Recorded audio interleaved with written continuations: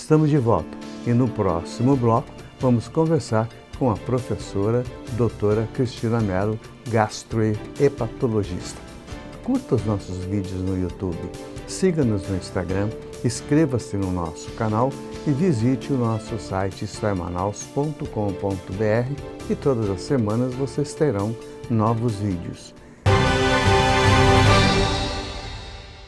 Eu gostaria de parabenizar o programa do Edson, 40 anos que o Edson está aí em campo a serviço da população amazonense. E por que eu digo a serviço da população amazonense? Porque desde quando eu conheci o Edson, a função do programa dele era voltado fundamentalmente para a saúde pública, era para informar a população daquilo que ela tem direito e daquilo que ela precisa exigir para ela poder ter saúde. Então foi esse o contexto em que eu sempre vi o Edson trabalhando. Muito bom dia para você da nossa TV Norte Amazonas, onde nós estamos todos os sábados às 7h30 da manhã. E olha, muito obrigado a você que me presta a sua audiência, muito obrigado por estar no segundo lugar nas pesquisas do horário. E muito obrigado à direção do Churrasco da Vila, que empresta esse cenário fantástico para a gente. Além de uma boa gastronomia, você ainda tem a natureza como sua verdadeira essência. E isso, gente, é privilégio de poucos, porque o Churrasco da Vila fica no centro da cidade. Fica na rua Fortaleza 569, na Vila Municipal, então está muito próximo de tudo. Você não precisa de um deslocamento grande para chegar ao Churrasco da Vila.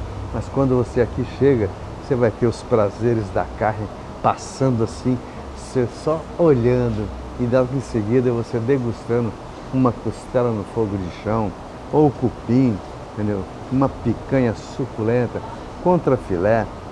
E aí, se você não quer carne, você pode comer um hambúrguer. O hambúrguer daqui é muito famoso.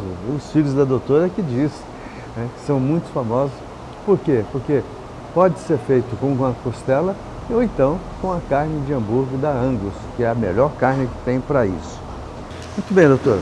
Hoje, com a honra e o prazer de estar com a professora doutora Cristina Mello, gastrohepatologista, que tem o seu consultório no Edifício Cristal, sala 306, telefone 991520878. Primeiro, doutora, muitíssimo obrigado pela gentileza de estar conosco. A senhora sabe que esse programa é fã número 1 da senhora, não só pela sua capacidade profissional, mas acima de tudo pelo ser humano que a senhora é. E isso não tem dinheiro que pague. Essa coisa é uma coisa que lá na contabilidade divina, a senhora pode ter certeza que a senhora tem uns pontos marcados. Eu que agradeço o convite e espero merecer suas palavras. Merece. Eu fico muito honrada por estar aqui, sempre bem recepcionada por esses cavalheiros, o senhor Edson, o senhor Samuel atrás das câmeras. Ele só não gosta muito do senhor, mas não tem problema, a gente vai levando. Doutor, então, como doenças do estômago, que bicho é esse? Por que tanta gente... Ah, não, porque eu comi um negócio ali, meu estômago doeu. Isso tem procedência? Tão comum, né? Muito comum. É estimado assim que 1 em cada 3 adultos tem um problema digestivos. Olha o quanto que isso é comum no nosso dia a dia, né? E passa muito mesmo por uma alimentação. As nossas escolhas alimentares têm um impacto na nossa digestão. E é fato que as nossas escolhas alimentares vêm mudando. Consequentemente, os problemas digestivos vêm aumentando, né? Então, se a gente tem uma alimentação saudável, com alimentos frescos, verduras, frutas, a gente vai ter menos problemas digestivos. Mas se a gente começa a optar muito por produtos industrializados, que tem uma conservação, né, industrial, menos frescos, a nossa digestão também vai sofrer com esse impacto, né? Muitas vezes a gente não está preparado para essa quantidade de produtos industrializados que a gente tem no dia a dia. Doutor, isso eu sei que não está afeto à sua especialidade, mas como assim, numa linha geral, como é que eu posso entender quando a senhora fala de uma alimentação saudável? como é que eu posso comparar a nossa alimentação com a do chinês, que come rato, come escorpião, come barata, come tudo? Qual é o segredo da história? Ou isso já é orgânico? A nossa alimentação mais industrial, né, com mais pacotinhos, mais alimentos que exigem substâncias ali para conservar, né, na prateleira do supermercado, ela tem também substâncias ali mais agressivas para o nosso dia a dia, né? Então o alimento, mesmo que seja assim, tanto esdrúxulos, né, para o nosso paladar, mas se for um alimento mais fresco, digamos assim, sem esses conservantes, a gente vai ter uma digestão melhor, né? Então esses conservantes é que passa a trazer os problemas de estômago que a pessoa vai desenvolvendo no decorrer da vida. Contribui bastante, né? Além disso, a opção por alimentos mais gordurosos, com maior teor de uso de mais frituras no dia a dia, né? A gente também incorporou muito, por exemplo, o uso do refrigerante. Algumas famílias têm um consumo diário de refrigerante, coisas, por exemplo, na minha infância eu lembro que refrigerante era só no aniversário, né? Naquela festa uma vez por mês, uma vez a cada 2 meses. Hoje a gente tem quase que na cesta básica o refrigerante. O aumento o jantar hoje passou a ser um refrigerante, refrigerante. E a nossa digestão não aguenta essa oferta desses, que são produtos que não são naturais, né? O consumo também de bebidas alcoólicas se tornou mais frequente, mais diário. Isso também afeta a nossa digestão. O próprio cigarro, ele também é um agressor a mais para os problemas digestivos. Então, passa ali por várias escolhas que a gente faz ao longo da nossa semana. Doutora, voltando ali para a fritura, qual é a parte mais agressiva, mais agredida, melhor, quando se tem um uso mais constante de fritura? O teor maior de óleo na alimentação, ele leva a uma lentificação maior, ele causa mais problemas, por exemplo, chamado a famosa azia, que é a doença do refluxo. Então ele faz a sensação de empachamento, a digestão é mais lenta, quanto maior o teor de gordura ou de óleo na alimentação.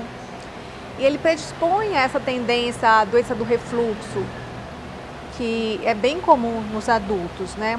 Mais do que das crianças ou nos jovens. E aqui a gente tem um parâmetro quando se compara norte, sul, leste, oeste com a questão alimentar?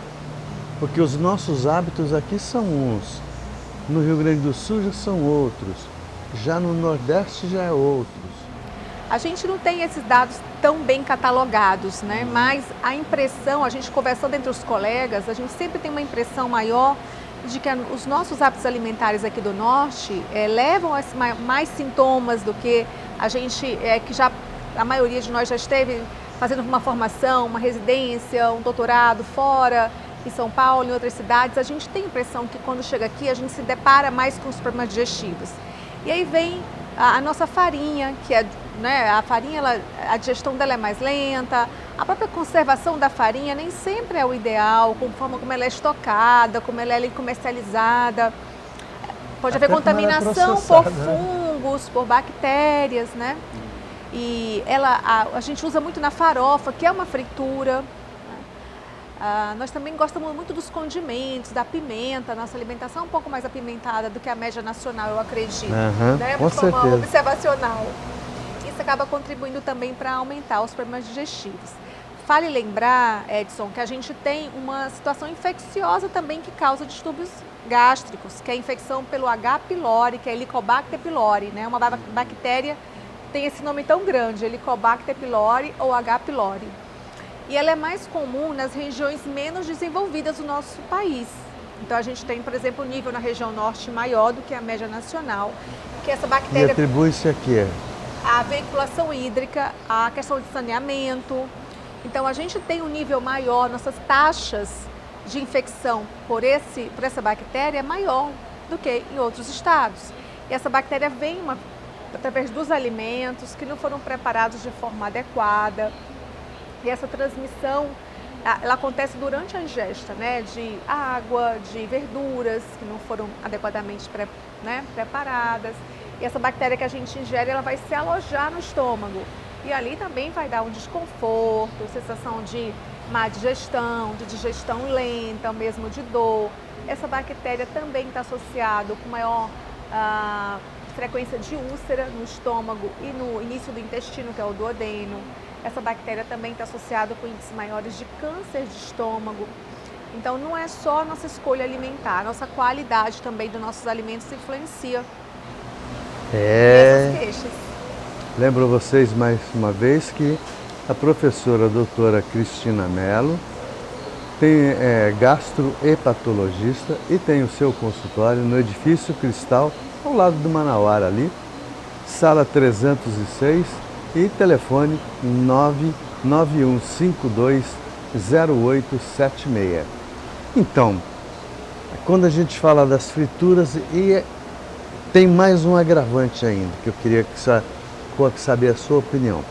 Hoje, quase que 90% da nossa alimentação são transgênicas, como por exemplo, o óleo hoje é muito comum, quase que todos são transgênicos. Os azeites ainda nem tanto, mas os azeites também não são próprios para fritura, exceto o extra virgem que ainda aguenta um pouco de aquecimento. Isso tem contribuído também para piorar a qualidade do nosso estômago? Mais exatamente a questão do uso da fritura do que a escolha do óleo, né? Então, assim, esse impacto da escolha do óleo é muito pequena, mas sempre que a gente puder evitar a fritura e usar um alimento mais cozido ou grelhado, isso vai facilitar o nosso processo digestivo, já que o teor de gordura naquele alimento vai ser menor. Bom, vamos fazer um intervalo comercial e vamos voltar falando das doenças do fígado. Isso é muito importante. Voltamos já.